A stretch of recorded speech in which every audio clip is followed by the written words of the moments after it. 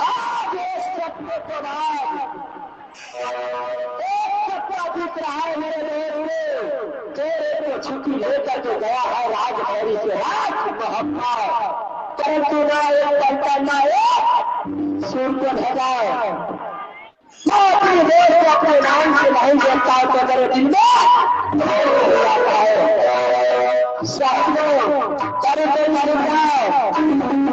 जिस दिन से मेरे देश अपने नजर से मेरे को देख नहीं आ रहा है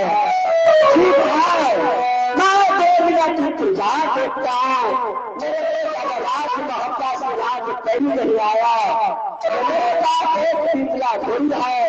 उसमें सवार होकर के राज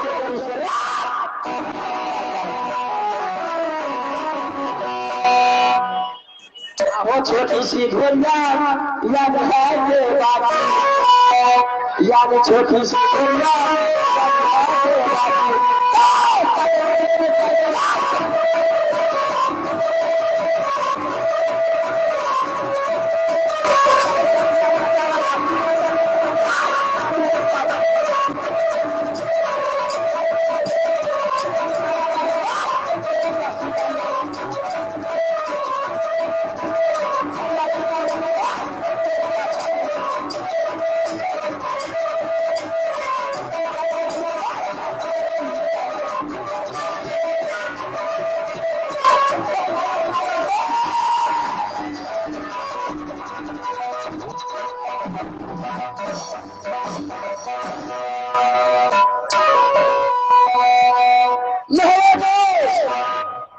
सबसे पहले मुझे आज यही कहना चाहिए मेरे दोस्त सबसे पहले